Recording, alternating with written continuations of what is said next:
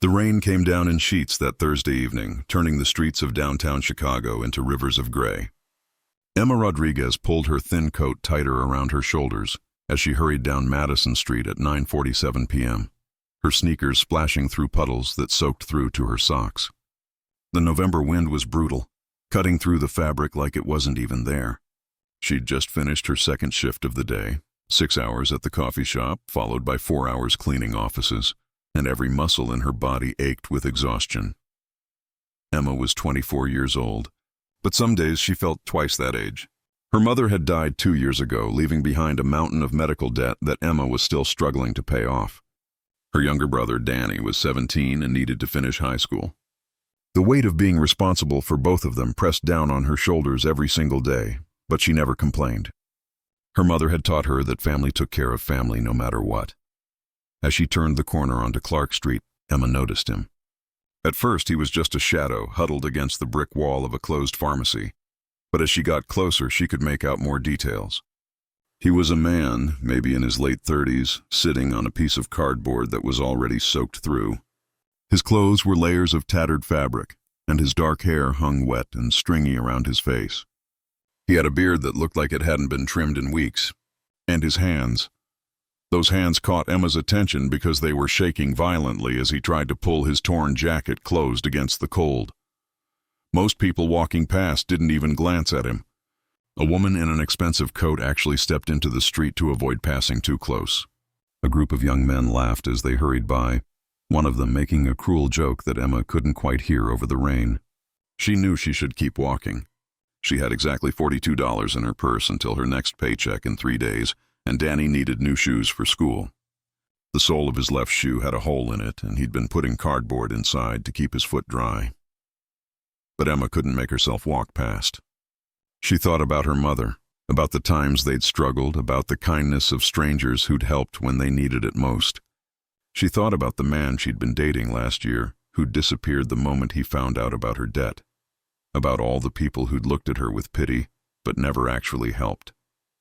She thought about what kind of person she wanted to be in this world.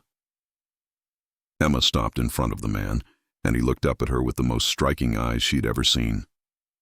They were a deep blue, almost gray in the dim streetlight, and despite the exhaustion and cold that was clearly ravaging his body, there was something sharp and intelligent in those eyes, something that didn't quite match the rest of his appearance. "Sir?" Emma said softly, crouching down so she was closer to his level. The rain immediately soaked through the knees of her jeans, but she didn't care. "Are you okay? Have you eaten today?" The man stared at her for a long moment, as if he couldn't quite believe she was real. When he spoke, his voice was hoarse and rough, but there was a quality to it, a refinement in the way he formed his words, that seemed oddly out of place. "I'm fine," he said. "You should go." "It's not safe out here this late." "It's not safe for you either," Emma replied. She noticed his lips had a bluish tinge, and his shaking had gotten worse. "When did you last have a hot meal?" The man's jaw tightened, and Emma could see pride warring with desperation in his expression. 2 days ago, he finally admitted. "The shelter on Fifth Avenue had breakfast, but they were full by the time I got there for dinner service." Emma felt her heart clench. She opened her purse with fingers that were going numb from the cold and pulled out a $20 bill. It was supposed to be for groceries, but she could make pasta work for a few more days. Danny wouldn't mind. He never complained about anything. "There's a diner 2 blocks south on State Street," she said, holding out the money. "Tony's place. They're open 24 hours. Tell them Emma sent you, and they'll give you something hot to eat. Tony's a good guy. He'll make sure you get a full meal, not just coffee and toast." The man looked at the $20 bill like it was 100. His hand trembled as he reached for it, then stopped. "I can't take your money," he said quietly. "You look like you need it more than I do." Emma smiled despite the cold and the rain and the exhaustion. "Maybe I do. But I have a warm apartment to go home to and food in my refrigerator. Right now, in this moment, you need it more. Please take it." Their fingers touched as he finally accepted the bill, and Emma felt an unexpected warmth spread through her chest. His hands were freezing, the skin rough and chapped, but his grip was gentle. "Thank you," he said, and the gratitude in his voice was so raw, so genuine, that Emma felt tears prick at her eyes. "What's your name?" "Emma Rodriguez. And you are?" There was the briefest hesitation before he answered. James, he said. James Carter.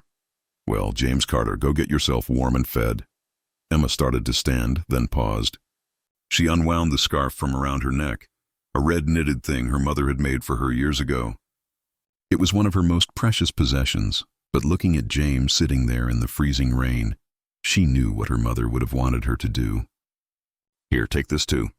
You need it more than I do tonight. I can't. James started to protest, but Emma was already wrapping the scarf around his neck. Yes, you can. My mother made this for me, and she always said that keeping someone warm was the best use for anything she created. So you're honoring her memory by accepting it, okay? James touched the scarf with something like wonder in his eyes. Thank you, Emma Rodriguez, he said softly. I won't forget this kindness. Emma smiled, stood up, and hurried away into the rain before she could change her mind, or before the tears that were threatening could actually fall. She didn't look back, so she didn't see the way James watched her until she disappeared around the corner. She didn't see the way his expression transformed from gratitude to something more complex, something that looked almost like determination. And she definitely didn't see the expensive watch that was hidden beneath his tattered sleeve, or the way his fingers tightened on the scarf as if it were made of gold instead of yarn. The next morning, Emma dragged herself out of bed at 5:30 a.m. to get ready for her coffee shop shift. Danny was already awake, sitting at their small kitchen table and working on homework by the light of their single lamp.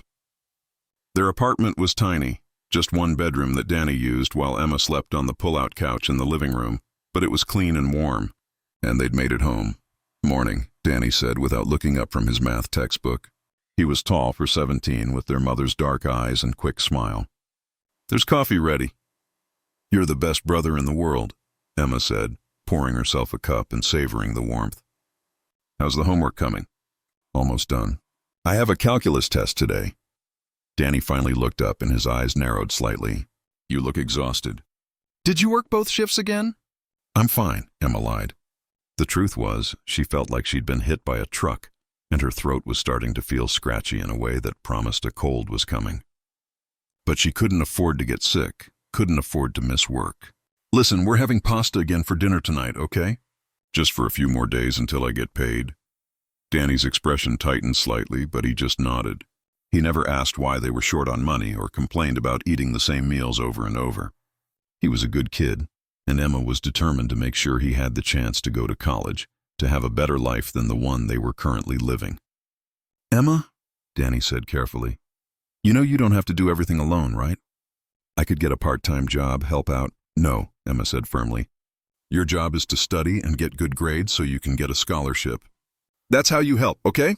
Danny looked like he wanted to argue, but he just sighed and went back to his homework. Emma drank her coffee, changed into her work clothes, and headed out into the gray morning. The coffee shop was busy, as it always was on Friday mornings. Emma moved through her shift on autopilot, taking orders, making drinks, cleaning tables. Her manager, Sarah, was a kind woman in her 50s, who'd given Emma a chance when other places had turned her away because of her lack of experience. Around 9:15 a.m., during a brief lull in customers, Sarah pulled Emma aside. You okay, honey? Sarah asked, concern evident in her brown eyes. You look a little pale. I'm fine, Emma assured her. Just tired. You work too hard, Sarah said, not for the first time. You need to take care of yourself too, not just your brother. Before Emma could respond, the bell above the door chimed, and a new customer walked in. Emma glanced up automatically, then froze. It was James, but a completely transformed version of James. His beard was neatly trimmed now, his hair clean and combed back from his face. He wore simple clothes, dark jeans, and a gray sweater, but they looked new, and without the layers of grime and exhaustion, Emma could see that he was actually quite handsome. His features were strong and refined, with high cheekbones and that striking blue-gray eyes that seemed even more intense now that she could see them clearly. James? Emma said uncertainly, moving toward the counter where he stood. His face lit up with a smile that transformed his entire appearance. Hello, Emma. I hoped I'd find you here. How did you... Emma started, then shook her head. Never mind. You look so much better. Did you make it to the shelter? I did, thank you. I got a bed for the night and was able to clean up this morning. James's hands were clasped in front of him, and Emma noticed they were no longer shaking. "I came to thank you properly for what you did last night." "What you gave me. It meant more than you know." "I'm just glad you're okay," Emma said, feeling her cheeks warm under his intense gaze. "What can I get you? Coffee?" "Actually, I'd like to buy you coffee," James said. "Or lunch if you get a break. I want to talk to you." Emma glanced back at Sarah, who was watching the exchange with undisguised curiosity. "I have a 15-minute break at 11, Emma said. "But you don't need to buy me anything, James. I didn't help you expecting anything in return." "I know," James said quietly. "That's exactly why I want to do this. Please, Emma, 15 minutes. That's all I'm asking." There was something in his expression, a vulnerability that didn't match his cleaned-up appearance, that made Emma nod.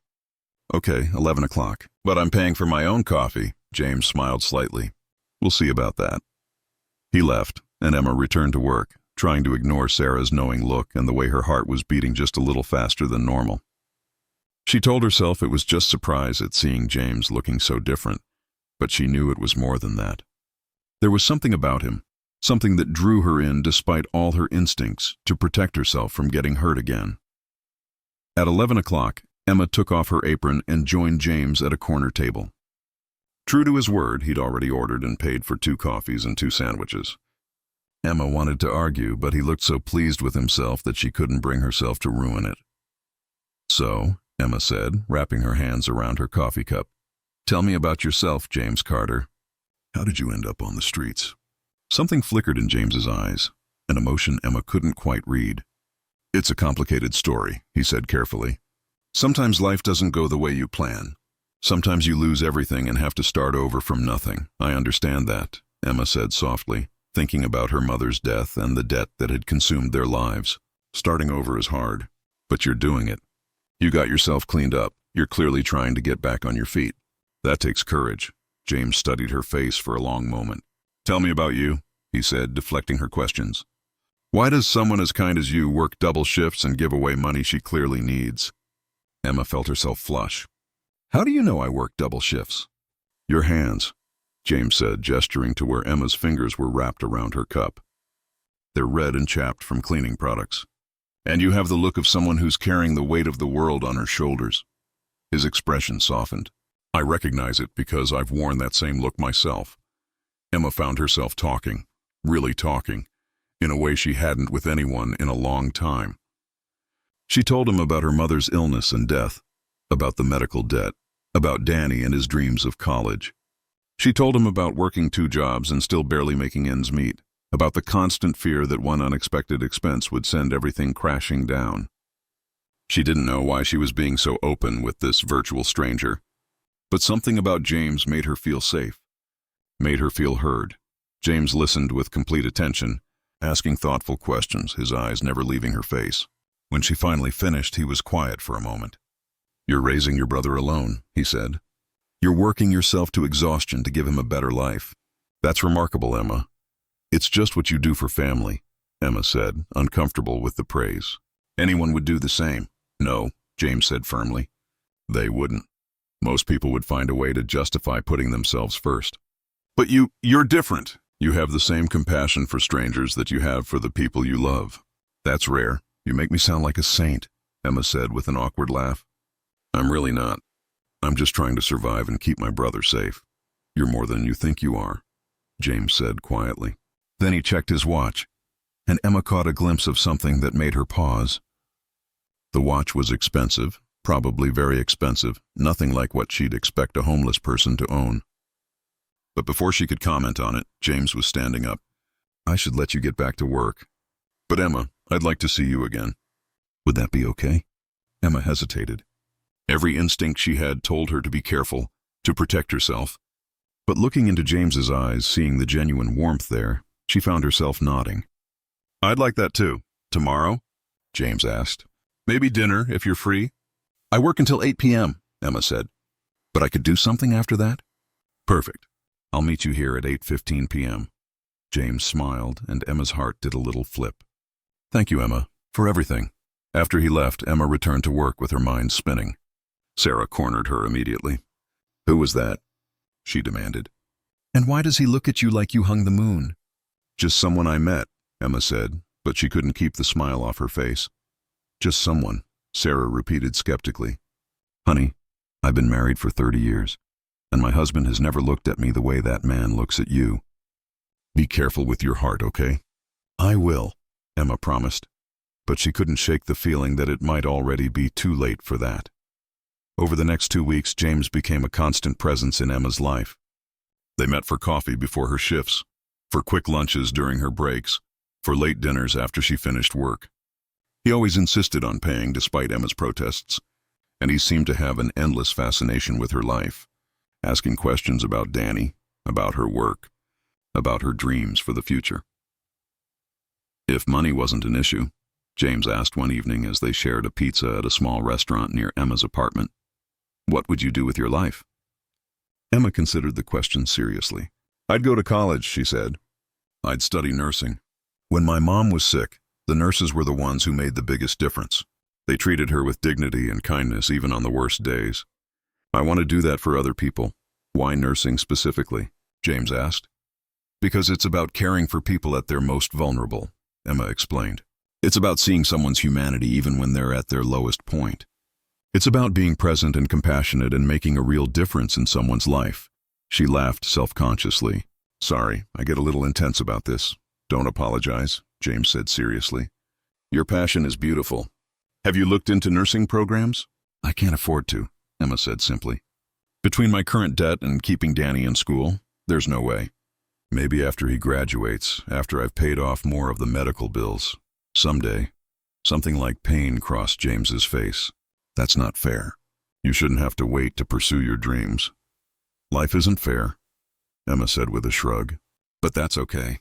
I have Danny, I have my health, I have a job. A lot of people have less than that. James reached across the table and took her hand, his thumb brushing over her knuckles. You're extraordinary, he said quietly. Do you know that? Emma felt her face heat. Over the past 2 weeks there had been moments like this.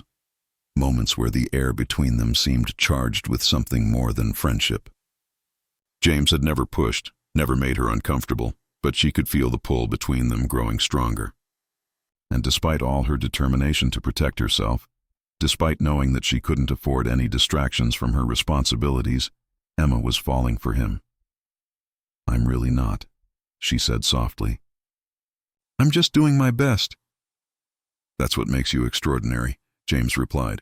That night when James walked her home, he stopped outside her building and turned to face her. The November air was cold, but Emma barely felt it. Emma, James said, his voice serious. I need to tell you something. Emma's heart started to race. Okay, James started, then seemed to struggle with his words. These past 2 weeks have been the best I've had in a long time. You make me remember what's important in life. You make me want to be better. And he took a deep breath. I care about you, Emma, more than I probably should at this point. Emma felt like all the air had left her lungs. James, I care about you too. But I need to be honest with you. My life is complicated. I have Danny to think about and debt to pay off, and I can't afford to get my heart broken right now. So if you're not serious about this, I'm serious, James interrupted firmly. He cupped her face in his hands, and Emma was struck again by how gentle his touch was despite the rough calluses on his palms. I know it's fast, and I know we're still getting to know each other. But Emma, when I'm with you, I feel more real than I have in years. I want to keep seeing you, keep learning about you. No pressure, no expectations. Just, let's see where this goes, please. James? Emma said uncertainly, moving toward the counter where he stood. His face lit up with a smile that transformed his entire appearance. Hello, Emma. I hoped I'd find you here. How did you... Emma started, then shook her head. Never mind. You look so much better. Did you make it to the shelter? I did, thank you. I got a bed for the night and was able to clean up this morning. James's hands were clasped in front of him, and Emma noticed they were no longer shaking. I came to thank you properly for what you did last night. What you gave me. It meant more than you know. I'm just glad you're okay, Emma said, feeling her cheeks warm under his intense gaze. What can I get you? Coffee? Actually, I'd like to buy you coffee, James said. Or lunch if you get a break. I want to talk to you. Emma glanced back at Sarah, who was watching the exchange with undisguised curiosity. "I have a 15-minute break at 11, Emma said. "But you don't need to buy me anything, James. I didn't help you expecting anything in return." "I know," James said quietly. "That's exactly why I want to do this. Please, Emma, 15 minutes. That's all I'm asking." There was something in his expression, a vulnerability that didn't match his cleaned-up appearance, that made Emma nod. "Okay, 11 o'clock. But I'm paying for my own coffee," James smiled slightly. "We'll see about that." He left, and Emma returned to work, trying to ignore Sarah's knowing look and the way her heart was beating just a little faster than normal. She told herself it was just surprise at seeing James looking so different, but she knew it was more than that. There was something about him, something that drew her in despite all her instincts to protect herself from getting hurt again. At 11 o'clock, Emma took off her apron and joined James at a corner table. True to his word, he'd already ordered and paid for 2 coffees and 2 sandwiches. Emma wanted to argue, but he looked so pleased with himself that she couldn't bring herself to ruin it. "So," Emma said, wrapping her hands around her coffee cup, "tell me about yourself, James Carter. How did you end up on the streets?" Something flickered in James's eyes, an emotion Emma couldn't quite read. "It's a complicated story," he said carefully. "Sometimes life doesn't go the way you plan. Sometimes you lose everything and have to start over from nothing. I understand that," Emma said softly, thinking about her mother's death and the debt that had consumed their lives. "Starting over is hard, but you're doing it. You got yourself cleaned up. You're clearly trying to get back on your feet. That takes courage." James studied her face for a long moment. "Tell me about you," he said, deflecting her questions. "Why does someone as kind as you work double shifts and give away money she clearly needs?" Emma felt herself flush. "How do you know I work double shifts?" "Your hands," James said, gesturing to where Emma's fingers were wrapped around her cup. "They're red and chapped from cleaning products. And you have the look of someone who's carrying the weight of the world on her shoulders." His expression softened. "I recognize it because I've worn that same look myself." Emma found herself talking, really talking, in a way she hadn't with anyone in a long time. She told him about her mother's illness and death, about the medical debt, about Danny and his dreams of college. She told him about working 2 jobs and still barely making ends meet, about the constant fear that one unexpected expense would send everything crashing down. She didn't know why she was being so open with this virtual stranger, but something about James made her feel safe, made her feel heard. James listened with complete attention, asking thoughtful questions, his eyes never leaving her face. When she finally finished, he was quiet for a moment. "You're raising your brother alone," he said. "You're working yourself to exhaustion to give him a better life. That's remarkable, Emma." "It's just what you do for family," Emma said, uncomfortable with the praise. "Anyone would do the same." "No," James said firmly. "They wouldn't. Most people would find a way to justify putting themselves first. But you're different. You have the same compassion for strangers that you have for the people you love. That's rare. You make me sound like a saint," Emma said with an awkward laugh. "I'm really not. I'm just trying to survive and keep my brother safe." "You're more than you think you are," James said quietly. Then he checked his watch, and Emma caught a glimpse of something that made her pause. The watch was expensive, probably very expensive, nothing like what she'd expect a homeless person to own. But before she could comment on it, James was standing up. "I should let you get back to work. But Emma, I'd like to see you again." "Would that be okay?" Emma hesitated. Every instinct she had told her to be careful, to protect herself. But looking into James's eyes, seeing the genuine warmth there, she found herself nodding. "I'd like that too. Tomorrow?" James asked. "Maybe dinner, if you're free." "I work until 8 p.m., Emma said.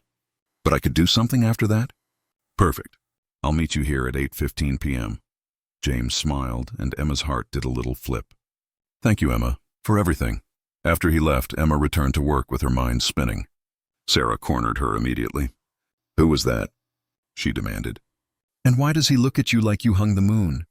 "Just someone I met," Emma said, but she couldn't keep the smile off her face.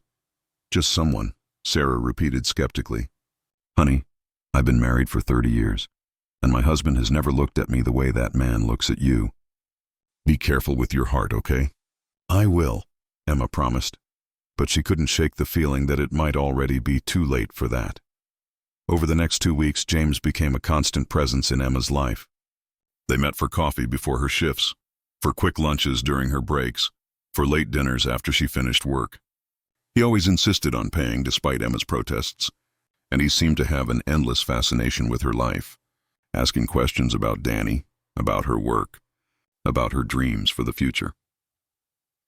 If money wasn't an issue, James asked one evening as they shared a pizza at a small restaurant near Emma's apartment, "What would you do with your life?" Emma considered the question seriously. "I'd go to college," she said. "I'd study nursing. When my mom was sick, the nurses were the ones who made the biggest difference. They treated her with dignity and kindness even on the worst days. I want to do that for other people." "Why nursing specifically?" James asked. "Because it's about caring for people at their most vulnerable," Emma explained. "It's about seeing someone's humanity even when they're at their lowest point. It's about being present and compassionate and making a real difference in someone's life." She laughed self-consciously. "Sorry, I get a little intense about this. Don't apologize," James said seriously. "Your passion is beautiful. Have you looked into nursing programs?" "I can't afford to," Emma said simply. "Between my current debt and keeping Danny in school, there's no way. Maybe after he graduates, after I've paid off more of the medical bills. Someday." Something like pain crossed James's face. "That's not fair. You shouldn't have to wait to pursue your dreams." "Life isn't fair," Emma said with a shrug. "But that's okay. I have Danny, I have my health, I have a job. A lot of people have less than that." James reached across the table and took her hand, his thumb brushing over her knuckles. "You're extraordinary," he said quietly. "Do you know that?" Emma felt her face heat.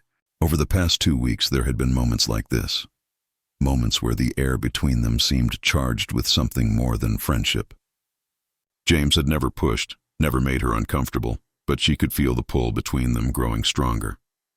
And despite all her determination to protect herself, despite knowing that she couldn't afford any distractions from her responsibilities, Emma was falling for him. "I'm really not," she said softly.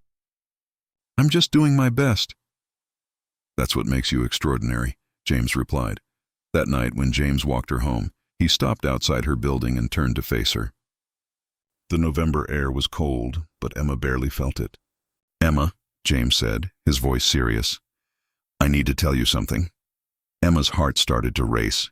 "Okay, James started, then seemed to struggle with his words. "These past 2 weeks have been the best I've had in a long time. You make me remember what's important in life. You make me want to be better." And he took a deep breath. "I care about you, Emma, more than I probably should at this point." Emma felt like all the air had left her lungs. "James, I care about you too. But I need to be honest with you. My life is complicated. I have Danny to think about and debt to pay off, and I can't afford to get my heart broken right now. So if you're not serious about this—" "I'm serious," James interrupted firmly. He cupped her face in his hands, and Emma was struck again by how gentle his touch was despite the rough calluses on his palms. "I know it's fast, and I know we're still getting to know each other. But Emma, when I'm with you, I feel more real than I have in years. I want to keep seeing you, keep learning about you. No pressure, no expectations. Just, let's see where this goes, please." Emma shook her head, feeling tears starting to fall. "I can't, I need to go. I need to think. Emma, please." "No," she said firmly. "I need space, James, or Sterling, or whoever you are.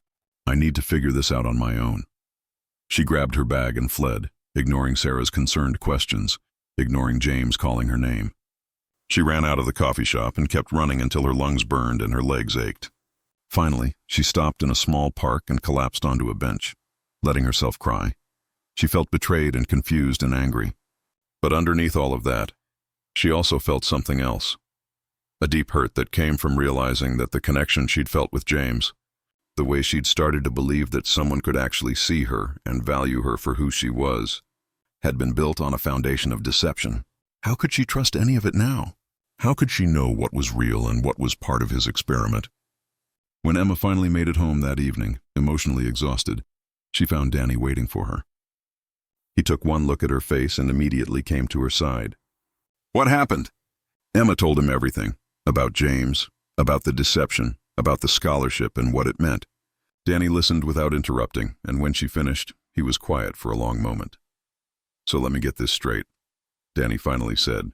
This guy, who's apparently a billionaire CEO, spent 3 weeks living on the streets to test whether anyone would show him kindness. You did, without expecting anything in return. Then he gave you a scholarship you absolutely deserve and have been dreaming about for years. And in the process of getting to know you, he fell in love with you. Is that about right? He lied to me, Danny, Emma said miserably. How can I trust anything he said?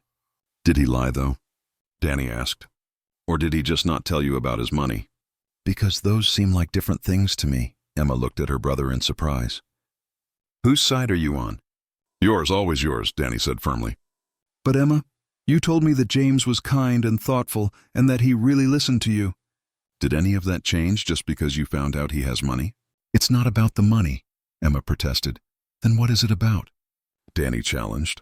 Is it about the fact that he saw you at your most genuine and fell in love with that person? Or is it about the fact that you're scared? Emma felt fresh tears spring to her eyes because her 17-year-old brother had just cut right to the heart of it. She was terrified. Terrified of believing this could be real. Terrified of letting herself be vulnerable. Terrified of getting hurt. What if he doesn't really love me? She whispered. What if it's just some kind of savior complex or guilt or… Emma, Danny interrupted gently. You're the smartest person I know. Do you really think you can't tell the difference between genuine feelings and fake ones? When you talked about him before you knew who he was, you lit up in a way I haven't seen since Mom died. You were happy. Really, truly happy. Does it really matter that he has money? Emma thought about the past 2 weeks. About the way James had listened to her dreams with such intensity. About how he'd asked thoughtful questions about Danny, about her work, about her hopes for the future. About the gentleness in his touch, the vulnerability in his eyes when he'd told her he cared about her. About how he'd made her feel seen and valued in a way no one had in years. I don't know what to do, she admitted. Well, Danny said pragmatically, you could let fear win and push away someone who clearly cares about you. Or you could talk to him, tell him how you feel and see if you can work through this together. You always tell me that the brave thing isn't not being scared. It's doing the right thing even when you are scared. Maybe it's time you took your own advice. Emma looked at her wise beyond his years little brother and felt a surge of love and pride. When did you get so smart? I learned from the best, Danny said with a small smile. That night, Emma couldn't sleep. She kept replaying her conversation with James, or James Sterling, she supposed she should call him now. She thought about the man she'd met in the rain, desperate and cold. She thought about the cleaned-up version who'd sat across from her at the coffee shop, asking questions and listening like her answers were the most important things in the world. Were they the same person, or had she been fooled by an elaborate act? At 2:37 a.m., Emma gave up on sleep and pulled out her laptop. She typed James Sterling CEO into the search bar and spent the next hour reading everything she could find about him. James Sterling, it turned out, was a 36-year-old billionaire who'd taken over his father's struggling tech company at age 25 and turned it into one of the most successful corporations in America. He was known for being brilliant but ruthless in business, intensely private in his personal life, and, according to several articles, impossible to get close to emotionally. James Sterling doesn't let anyone in, one profile from a business magazine said. Colleagues describe him as professional but distant. Former employees say he's fair but cold. And according to sources close to the CEO, he hasn't seriously dated anyone in over 5 years, preferring to keep his personal life completely separate from his public persona. Emma stared at that last sentence for a long time. If James was known for being emotionally unavailable, for keeping people at a distance, then what he'd said about falling in love with her was even more significant than she'd realized. He wasn't someone who opened up easily or let people see his vulnerable side. But he'd done that with her, or at least he'd claimed to. She found photos of him at charity galas and corporate events, always impeccably dressed in designer suits, his expression cool and professional. In every picture, he looked distant, untouchable, nothing like the man who'd sat across from her at the coffee shop with vulnerability in his eyes. But then she found one photo that made her pause. It was from a hospital opening ceremony 5 years ago, and in it, James was standing with an elderly woman who the caption identified as his mother, Margaret Sterling. The woman was clearly ill, thin and frail, and James was holding her hand with such tenderness that it made Emma's heart ache. The way he looked at his mother in that photo, That was the same way he'd looked at Emma. Emma kept reading and discovered that Margaret Sterling had died 6 months after that photo was taken, from cancer. Several articles mentioned that James had become even more closed off after her death, throwing himself into work and avoiding any personal connections. "It's like he's afraid to care about anyone," one unnamed source had said. "Like he thinks if he doesn't let anyone close, he won't have to feel that kind of loss again." Suddenly, Emma understood. James's experiment with homelessness hadn't just been about testing humanity's compassion. It had been about protecting himself. By disguising who he was, he could see if anyone would care about him for himself, not his money or status. And when Emma had stopped to help him, when she'd treated him with kindness and dignity despite thinking he had nothing to offer, she'd done something no one else in his life had done in years. She'd seen the person beneath the circumstances. Emma closed her laptop and sat in the darkness of her living room, listening to Danny's soft breathing from the bedroom. She thought about what her mother used to say. "We're all carrying invisible wounds, mija. The brave thing is to risk being hurt again because the alternative is closing yourself off to all the beautiful things life has to offer." At 7:15 a.m., Emma made a decision. She called in sick to work, the first time she'd ever done so in 5 years, and got dressed.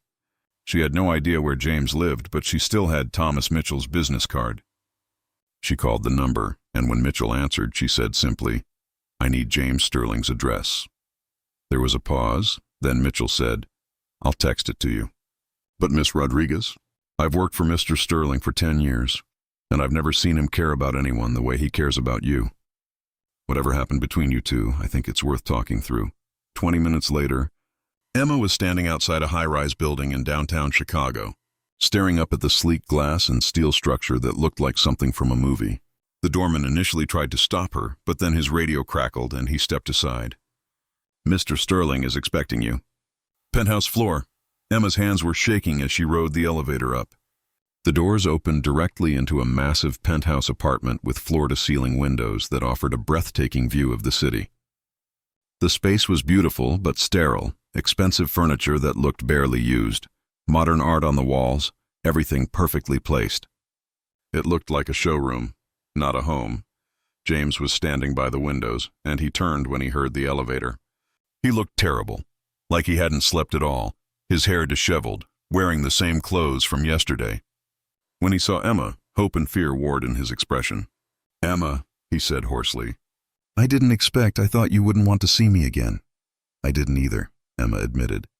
She walked further into the apartment, her worn sneakers silent on the expensive hardwood floors. "But then I did something I should have done before. I looked you up, read about your company, your success, your mother." James flinched at the mention of his mother. "Emma, let me finish," Emma interrupted gently. "I read about how you became even more closed off after she died. How you don't let people close. How you're known for being brilliant but emotionally unavailable. And I realized something. What you did, the homeless experiment, it wasn't just about testing humanity. It was about protecting yourself. It was about finding out if anyone could see past everything external and care about you for who you really are." James's eyes were bright with unshed tears. "Yes," he said simply. "And that night in the rain, I did see you," Emma continued. "I saw someone who was cold and hungry and needed help. I saw a human being who deserved compassion. And over the past 2 weeks, I saw someone who listened to my dreams like they mattered. Someone who was gentle and thoughtful and kind. Someone who made me feel valued in a way I haven't felt in years." She took a deep breath. "You asked me yesterday if any of that was real. I'm here to tell you that I think it was, all of it.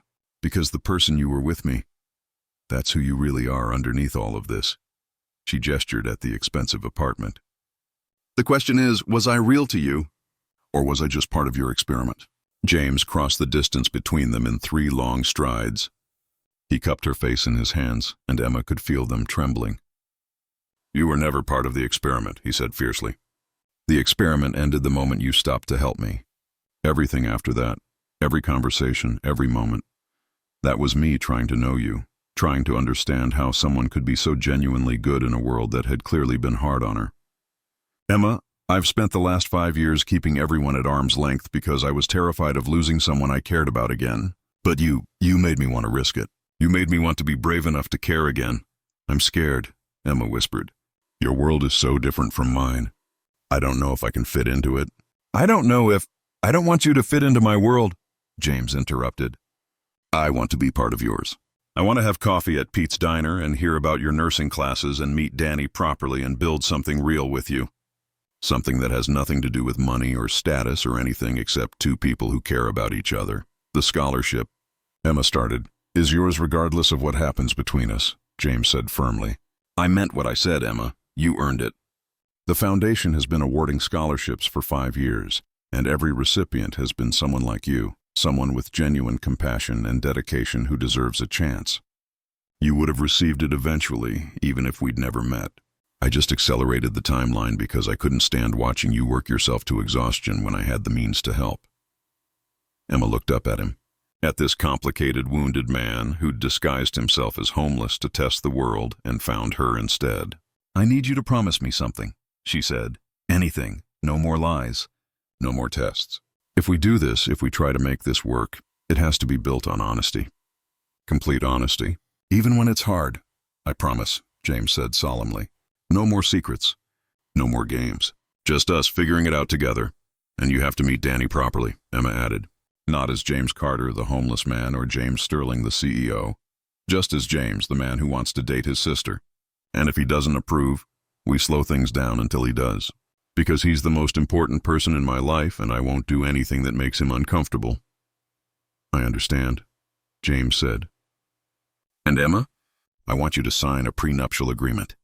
Emma blinked, taken aback. We've been dating for 2 weeks, and you're already thinking about prenups. I'm thinking about protecting you, James corrected. If this goes where I hope it goes, I want you to have ironclad legal protection. I want you to know that if I ever hurt you, if I ever give you a reason to leave, you'll be financially secure. I never want you to stay with me out of financial necessity. I want you to stay because you choose to, every single day. Emma felt tears start to fall. That's possibly the most romantic thing anyone has ever said to me. James smiled, and it was that transformative smile that made him look years younger. I've been told I'm not very good at romance, but for you, I want to try. You're doing pretty well so far, Emma said, and then she kissed him. This kiss was different from their first one, deeper, more certain, full of promise and possibility and the tentative hope that maybe, just maybe, they could make this work. When they finally pulled apart, James rested his forehead against hers. Come to dinner tomorrow night, he said. Bring Danny. Let me do this right. Okay, Emma agreed. But somewhere normal, not some fancy restaurant where I'll feel out of place. Somewhere we can actually talk. How about I cook for you? James suggested. Here, I'll make dinner, and the three of us can just spend time together. No pressure, no pretense. Just getting to know each other. Emma laughed. Can you even cook? I'm passable at basic meals, James said with a slight smile. My mother taught me before she got sick. She said every person should know how to feed themselves properly, regardless of how much money they had. I would have liked your mother, Emma said softly. She would have loved you, James replied. She always said the measure of a person wasn't what they had, but what they did with it. You embody everything she believed in. Emma spent the rest of the morning with James, and they talked, really talked, about everything. About his childhood growing up wealthy but emotionally distant from his father, about how his mother had been the warm heart of their family, about how her death had shattered something in him that he'd thought would never heal, about Emma's childhood with a single mother who'd worked 3 jobs to keep them fed, about watching that same mother slowly fade from cancer, about the crushing weight of the debt that had followed. We're both orphans, Emma observed quietly. Both carrying wounds from losing the people who mattered most. Maybe that's why we found each other, James said. 2 damaged people who understand what it means to hurt. We're not damaged, Emma corrected gently. We're scarred. There's a difference. Scars are proof that we survived something hard. They're evidence of our strength, not our weakness. James looked at her with such tenderness that Emma felt her breath catch. How are you so wise? I'm not wise, Emma said. I've just learned that you either let pain destroy you or you let it teach you. I chose to let it teach me compassion. The next evening, Emma and Danny arrived at James's penthouse at 7 o'clock. Danny had been skeptical when Emma told him about the reconciliation, protective in that fierce way younger siblings could be. but he'd agreed to give James a chance. Emma had dressed carefully, nothing too fancy, just a simple blue dress that her mother had bought her years ago, and she'd made Danny promise to behave himself. "I'm not going to grill him," Danny had protested. "I'm just going to ask a few pointed questions about his intentions toward my sister." "You sound like you're from the 1800s, Emma had laughed. But she'd been touched by his protectiveness. Now, as they entered the penthouse, Emma watched Danny's eyes widen at the expensive surroundings. But James greeted them warmly, dressed casually in jeans and a button-down shirt, and the smell coming from the kitchen was homey and welcoming. "You must be Danny," James said, extending his hand. "Emma talks about you constantly." "It's nice to meet you properly." Danny shook his hand, studying James carefully. "She talks about you too, though I'm still trying to figure out which version of you is real. The homeless guy or the billionaire CEO?" "Both," James said honestly. "And neither. I'm just a person, Danny. A flawed person who made some mistakes but who genuinely cares about your sister. I know you have no reason to trust me yet, but I hope to earn that trust over time." "We'll see," Danny said, but Emma could see him softening slightly. Dinner was surprisingly normal. James had made spaghetti carbonara. "One of the few things I can actually cook well," he'd admitted, and they ate at the kitchen island rather than the formal dining room. The conversation flowed naturally, with James asking Danny about school and his college plans, listening with genuine interest as the teenager talked about his dream of studying engineering. "Emma's been saving for my college fund," Danny said. "Even when she couldn't afford it. She's been working 2 jobs for years just to make sure I'd have a chance. She's remarkable," James agreed, looking at Emma with such warmth that she felt herself blush. "But you know what I think? I think you're remarkable too. Not many 17-year-olds would handle having that kind of sacrifice made for them with the grace and maturity you show. Emma told me you offered to get a part-time job to help out, even though it would hurt your grades. That's the mark of good character." Danny looked pleased and embarrassed. "Emma's always been there for me. It's what family does." After dinner, while James was clearing the dishes, Danny pulled Emma aside. "Okay," he said quietly. "I get it. He's genuine. You can tell by the way he looks at you, like you're the most important thing in the room. And he actually listened when I talked, didn't just pretend to. He's not who I expected, but in a good way. So you approve?" Emma asked hopefully. "I approve," Danny confirmed. "But if he hurts you, billionaire or not, I'll make him regret it." Emma hugged her brother tightly. "I love you." "Love you too," Danny replied. "Now go help your boyfriend with the dishes before he breaks something expensive." The next 6 months were a whirlwind of change and adjustment. Emma started her nursing program, diving into her classes with an enthusiasm that reminded her why she'd wanted to do this in the first place. The scholarship covered everything, just as promised, and for the first time in years, Emma could breathe without worrying about money. Her relationship with James deepened slowly and carefully.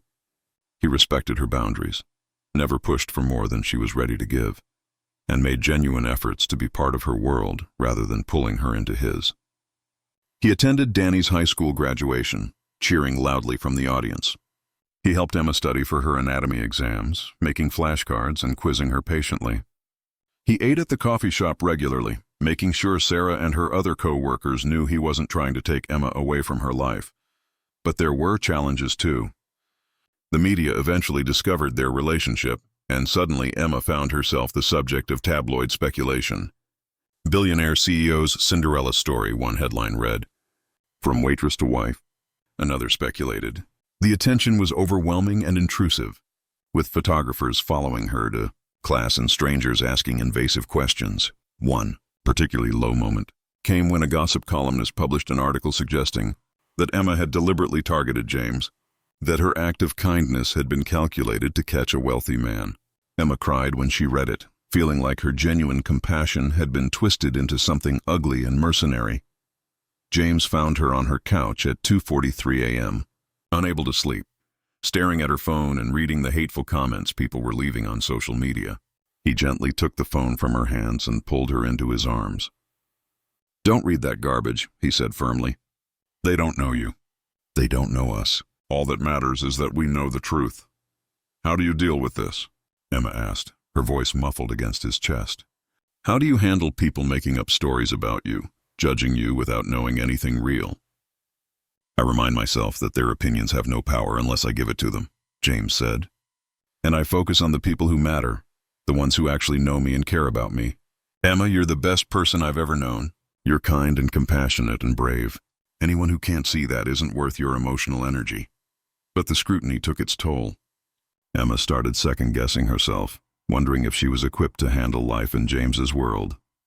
The contrast between her modest upbringing and his wealth felt more pronounced than ever.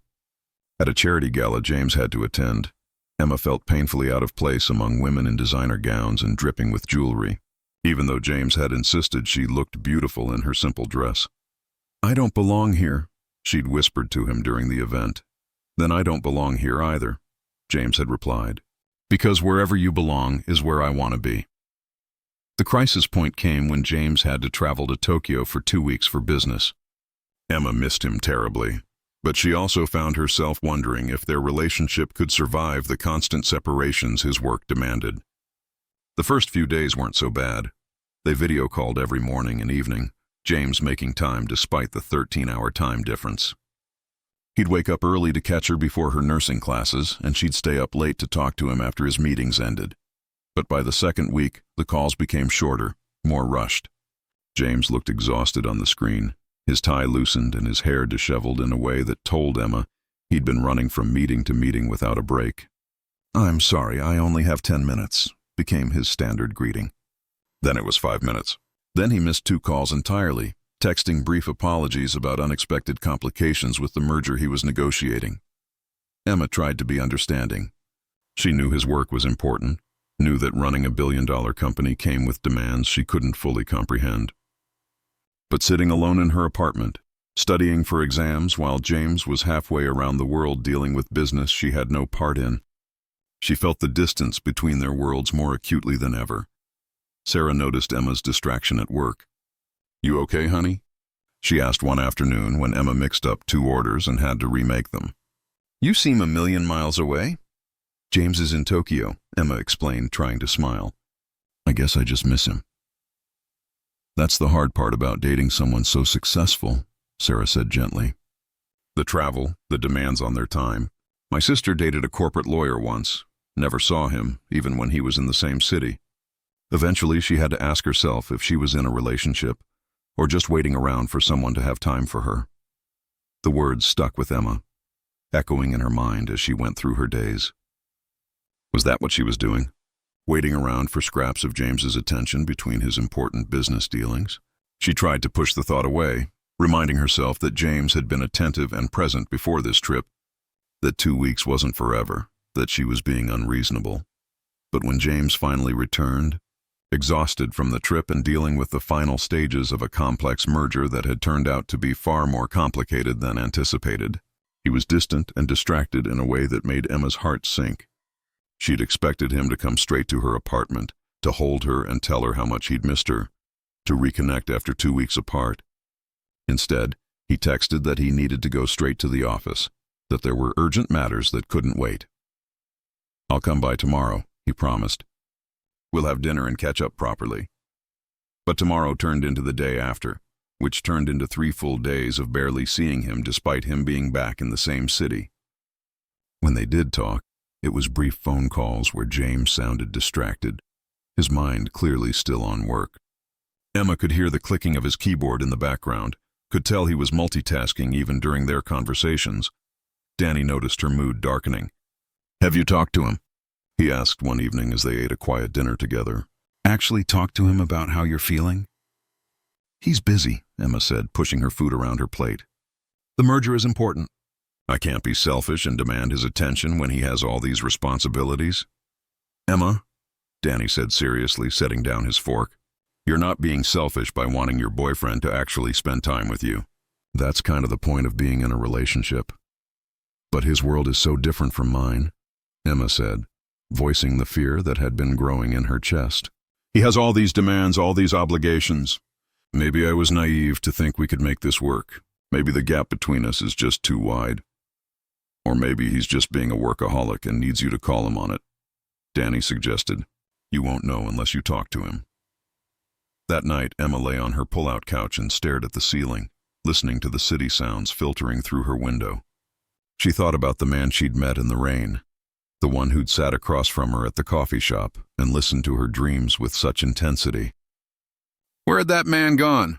Had he ever really existed, or had Emma just imagined the connection between them? Her phone buzzed with a text from James at 11:42 p.m. Still at the office. This merger is killing me. I'm sorry I haven't been around much. Tomorrow? Emma stared at the message for a long time before responding. We need to talk. Really talk. There was a pause then.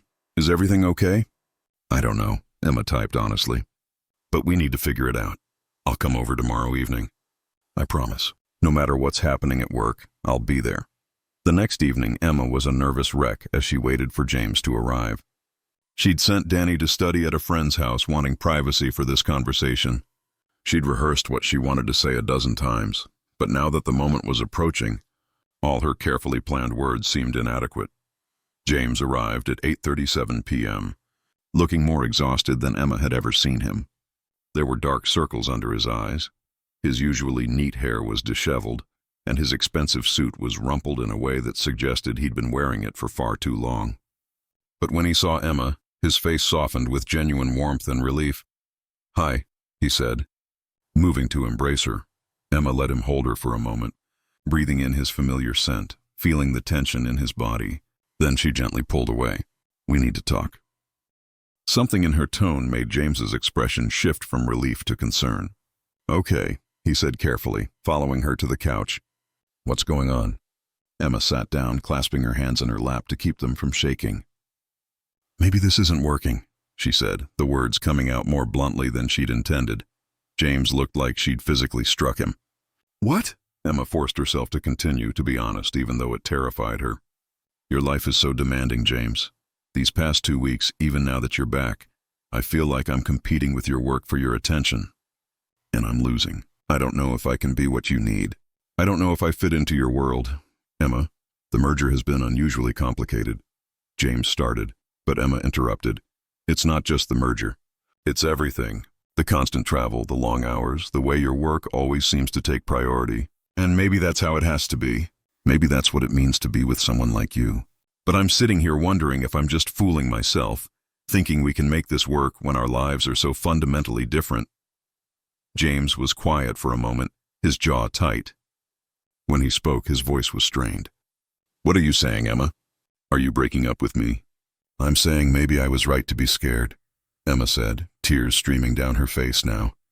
Maybe our worlds are too different. You have all these demands on your time, all these responsibilities, and I'm just this girl from nowhere who helped you once. Maybe that's not enough to build a life on. Maybe I'm not enough.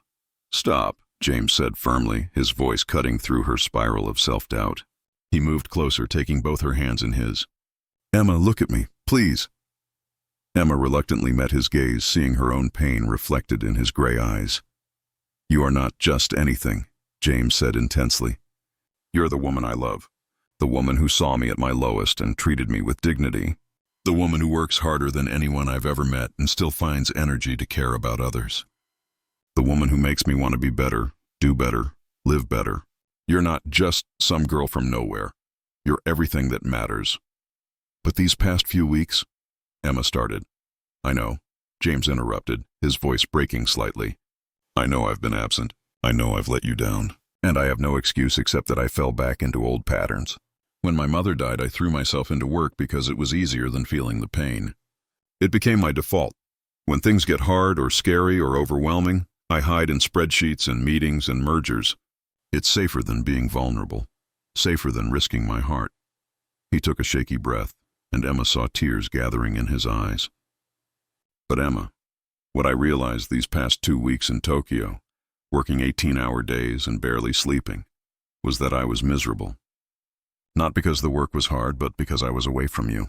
And when I got back, I told myself I just needed to finish this merger, to close this deal, and then I could focus on us. But the truth is, there will always be another merger, another crisis, another excuse to prioritize work over the people I love. That's what happened with my mother. I kept telling myself I'd spend more time with her after this deal closed, after that acquisition finalized. And then she was gone, and all those deals meant nothing. Emma felt her anger softening as she saw the genuine anguish in James's expression. James, no, let me finish, he said urgently. You deserve better than what I've been giving you these past few days. You deserve my full presence, not just whatever scraps of attention I have left at the end of the day. You deserve someone who makes you a priority, not an afterthought. And I want to be that person, Emma. I want to be the man you deserve. But I need your help. I need you to call me out when I start hiding in work again, when I start letting fear drive my decisions instead of love.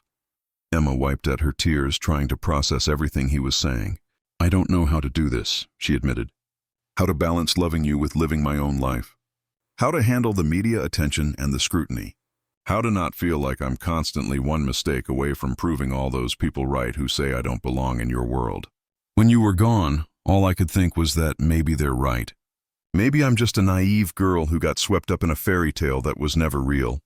It is real, James insisted. Emma, what we have, it's the most real thing in my life. But I understand your fear because I share it. You think you're not enough for my world? I'm terrified that my world will corrupt what we have, that the money and the pressure and the constant scrutiny will poison the genuine connection we've built. That one day you'll look at me and see just another wealthy asshole who puts business before people. I don't think that, Emma said softly. But you could, James replied, if I keep acting the way I have been. If I keep letting work consume me. Emma, I don't want to become that person. I don't want to lose you because I was too afraid or too stubborn to change. They sat in silence for a moment, both of them crying, both of them scared but finally being honest about it. So what do we do? Emma finally asked. How do we make this work when the obstacles feel so overwhelming? Then let's build our own world, James said, a spark of determination entering his voice. Not my world or your world, but something new that works for both of us. Emma, I don't care about galas or society events or any of that superficial nonsense. What I care about is coming home to you, helping Danny with his college applications, watching you pursue your dream of becoming a nurse, building a life that's based on what we value, not what the world expects from us. How do we do that? Emma asked, wanting to believe but still afraid. James thought for a moment, then said, we start by communicating better. When I get overwhelmed with work, I tell you instead of disappearing. I don't hide behind my laptop or use meetings as an excuse to avoid difficult conversations. And when you feel insecure or out of place, you tell me instead of letting it fester. You don't protect my feelings by suffering in silence. We promise to be honest with each other, even when it's uncomfortable. He squeezed her hands gently. We make decisions together about what events I attend and which ones I skip. We prioritize time together, even if it's just quiet evenings at home. We build our life intentionally, not just let it happen to us. And Emma, I'm going to make some changes at work. I'm going to delegate more, set better boundaries, hire additional executives to share the load. Because you were right. I can't keep living like this.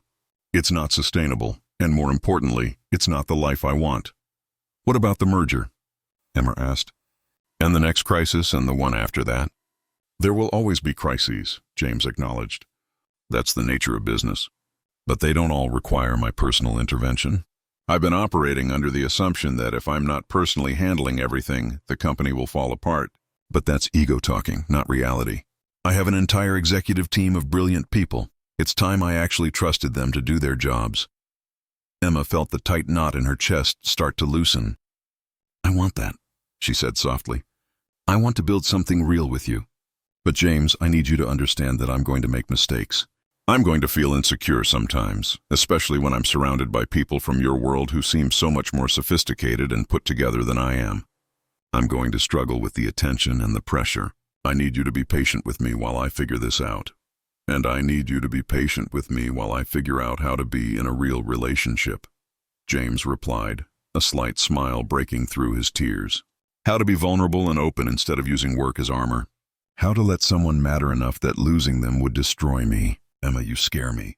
Not because of who you are, but because of how much I care about you. I've spent 5 years keeping everyone at arm's length because I couldn't handle the thought of losing someone I loved again.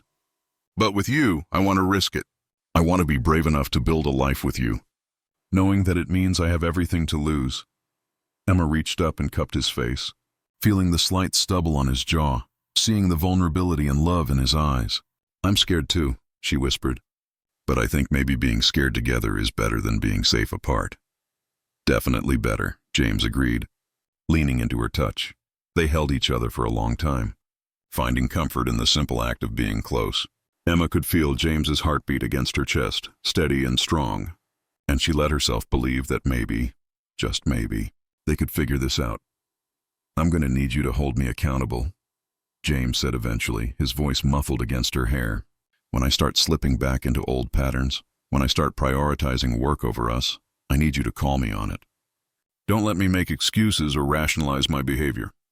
Promise me you'll be honest, even if you think it might hurt my feelings or cause an argument." "I promise," Emma said. "But you have to do the same for me.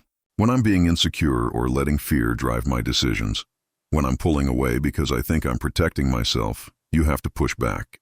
You have to remind me that I deserve to be here, that I'm enough. You're more than enough," James said firmly. "You're everything." Over the next few weeks, they slowly, carefully started to figure it out. It wasn't easy. Old habits and patterns didn't disappear overnight. But James made good on his promises. He cut back on his work hours, delegating more to his executive team and setting firm boundaries around his personal time. He turned off his phone during their date nights, gave Emma his full attention during their conversations, and made a conscious effort to be present rather than just physically there. The merger finally closed 3 weeks after their difficult conversation, and instead of immediately diving into the next project, James took a week off. He and Emma spent the time doing simple things, cooking dinner together, going for walks in the park, visiting Danny at school to watch his debate team competition. James seemed lighter somehow, as if letting go of the need to control everything had lifted a weight from his shoulders. Emma, for her part, started seeing a therapist that James's insurance covered. At first, she'd been resistant. Therapy felt like admitting weakness. But her therapist, Dr. Patricia Chen, helped her understand that seeking help was actually a sign of strength. "You've been carrying a lot of weight for a long time," Dr. Chen said during their first session. "The responsibility for your brother, the grief over your mother, the pressure of navigating a relationship with someone whose world is so different from yours. It's okay to need support processing all of that." Through therapy, Emma began to develop strategies for dealing with the media attention and public scrutiny. She learned to set boundaries, to recognize when her insecurities were based in reality versus when they were just fear-talking. She practiced asserting her needs in her relationship, speaking up when she felt neglected or overwhelmed, instead of suffering in silence. They instituted a weekly date night, sometimes fancy dinners at restaurants James chose, sometimes pizza and movies at Emma's apartment. The location didn't matter. What mattered was that they focused entirely on each other. No work talk allowed, no phones at the table. They used that time to check in with each other, to share their fears and hopes, to remember why they'd fallen in love in the first place. "How was your week?" became a genuine question, not just a pleasantry. They learned each other's rhythms, figured out when the other needed space versus when they needed connection. James learned to recognize the signs that Emma was feeling insecure. She got quiet and withdrawn, stopped meeting his eyes. Emma learned that when James started obsessively checking his phone, it meant he was feeling anxious and falling back into old coping mechanisms. They had their struggles.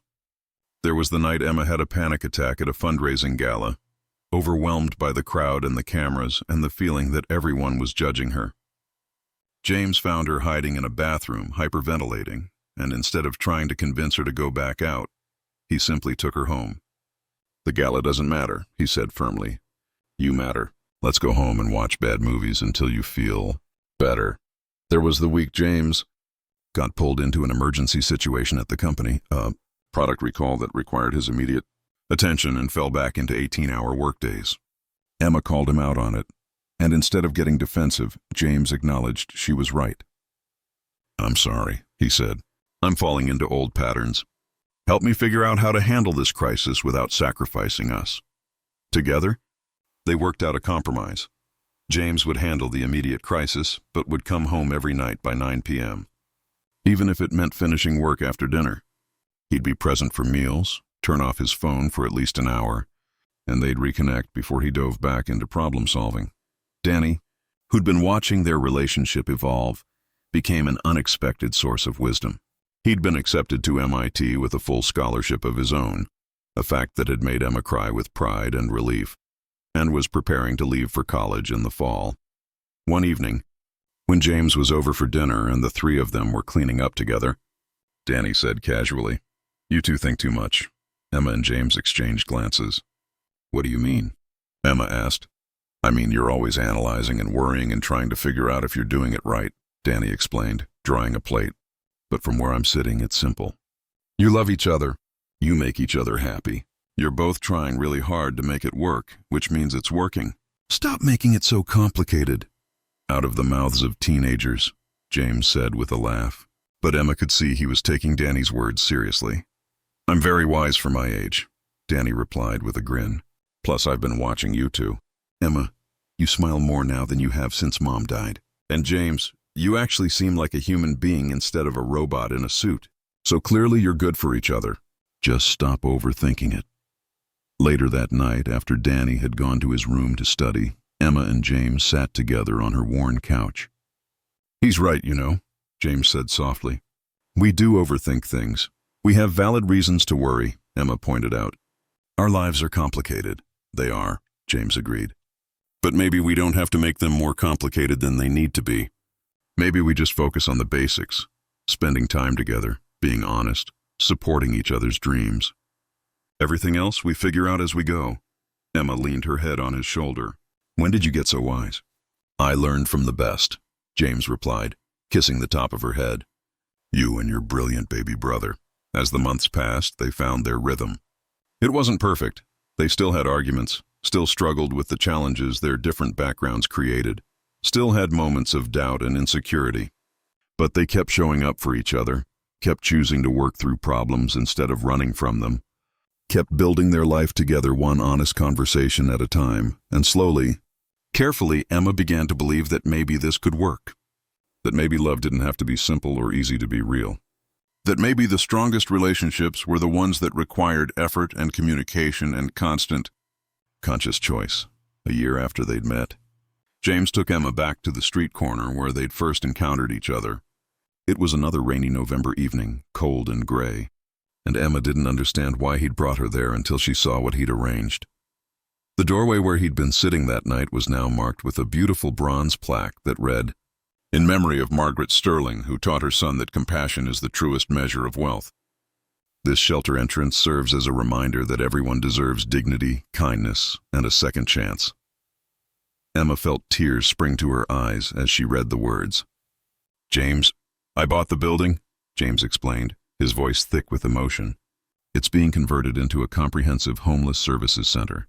Not just beds for the night, but job training, mental health services, medical care, addiction counseling, everything people need to actually get back on their feet, to rebuild their lives with dignity. And Emma, I want you to be on the board. I want your perspective, your compassion, your understanding of what it really means to struggle." Emma was crying now, but they were happy tears. "James, this is incredible. It's perfect. Your mother would be so proud of you." "It's necessary," James corrected, though his eyes were bright with emotion. "I spent 3 weeks on those streets, Emma. Just 3 weeks, and I barely survived it. And I had the knowledge that I could end the experiment whenever I wanted, that I had resources waiting for me. I can't imagine what it's like for people who have no way out, no resources to fall back on, no hope that things will get better. This is just a start, but it's something. It's a way to honor my mother's values and to acknowledge what I learned from my time out here." He paused, taking her hands in his. Emma noticed they were shaking slightly. "And there's something else I want to ask you." Emma's heart started racing as James knelt down on the wet sidewalk, right there in the doorway where they'd met, and pulled out a small velvet box. The rain was falling harder now, soaking through her coat, but she didn't care. All she could see was James looking up at her with such love and vulnerability that it took her breath away. "Emma Rodriguez," James began, his voice steady despite the emotion in his eyes, "you saved my life that night. Not because you gave me money or a scarf, but because you reminded me that genuine goodness still existed in this world. You saw me when I was at my lowest, when I had nothing to offer you, and you treated me with dignity and compassion anyway. You taught me how to open my heart again, how to risk being hurt because the alternative is missing out on something beautiful. You've made me braver and better and more human than I've ever been." He opened the box, revealing a simple, elegant ring that somehow perfectly matched Emma's style. Not ostentatious or showy, just beautiful in its simplicity.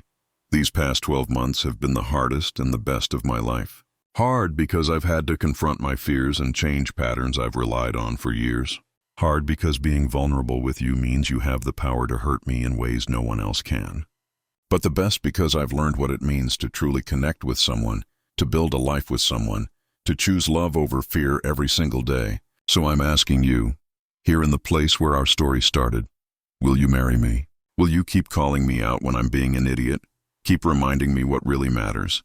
Keep building this beautiful, complicated, real life with me? Emma couldn't speak through her tears.